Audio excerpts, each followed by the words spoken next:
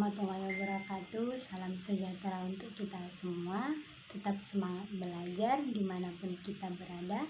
Materi kita hari ini adalah tentang besaran, satuan, dan dimensi.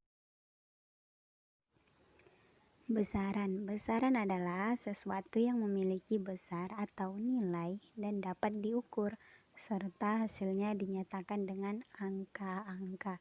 Besaran berdasarkan asalnya terbagi menjadi besaran pokok dan besaran turunan. Sedangkan berdasarkan arahnya, besaran terbagi menjadi besaran skalar dan besaran vektor. Besaran pokok adalah besaran yang satuannya didefinisikan sendiri atau berdiri sendiri. Contohnya panjang, massa, waktu, suhu, kuat arus, intensitas cahaya, dan jumlah zat. Sedangkan besaran turunan adalah besaran yang diturunkan dari satu atau lebih besaran pokok. Contohnya volume, luas, kecepatan, tekanan, gaya, percepatan, usaha, energi, dan daya. Besaran skalar adalah besaran yang hanya memiliki nilai dan tidak memiliki arah. Contohnya massa, waktu, suhu, jarak, dan kelajuan. Besaran vektor adalah besaran yang memiliki nilai dan arah. Contohnya gaya, kecepatan, percepatan, momentum, dan perpindahan. Satuan adalah suatu besaran dengan nilai tertentu yang dijadikan sebagai pembanding dalam pelaksanaan pengukuran. Contohnya besaran panjang dengan nilai 1 jengkal disebut satuan jengkal. Besaran volume dengan nilai 1 liter disebut satuan liter. Untuk menyeragamkan nama dan nilai satuan, maka disepakati oleh para ilmuwan dunia agar menggunakan satuan standar internasional atau SI. Dimensi merupakan suatu lambang untuk besaran. Lambang dimensi dicirikan dengan menggunakan kurung siku. Dimensi besaran pokok sudah ditetapkan atas kesepakatan internasional, dan dimensi besaran turunan disusun berdasarkan dimensi dari besaran pokok yang membentuknya. Berikut adalah tabel yang memuat tentang contoh besaran, satuan, dan dimensi. Silahkan diperhatikan.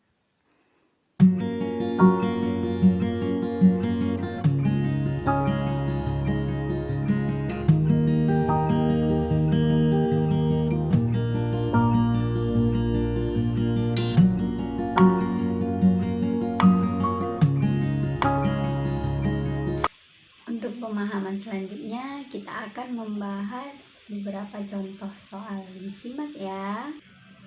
Yang pertama, misalnya kita ingin mencari dimensi dari usaha gitu ya. Dimensi dari usaha gitu. Maka yang pertama, usaha itu rumusnya adalah gaya dikali perpindahan. Nah, kemudian kita ubah satuannya. Satuan gaya itu adalah kilogram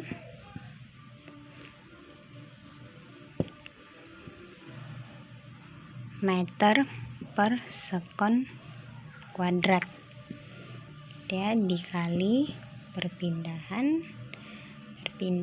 satuannya kilometer atau meter ya. Perpindahan merupakan satuan panjang. Kemudian kita ubah kilogram meter ini sama dengan S pangkat negatif 2 dikali M gitu ya. Maka kilogram M nya ada 2, maka M pangkat 2 kali S pangkat negatif 2.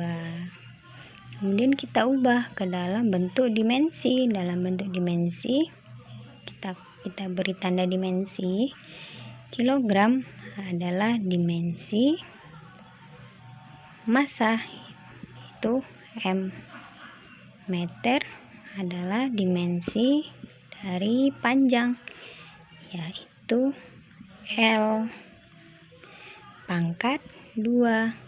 Kemudian S atau sekon adalah dimensi waktu, yaitu T. Pangkat negatif 2.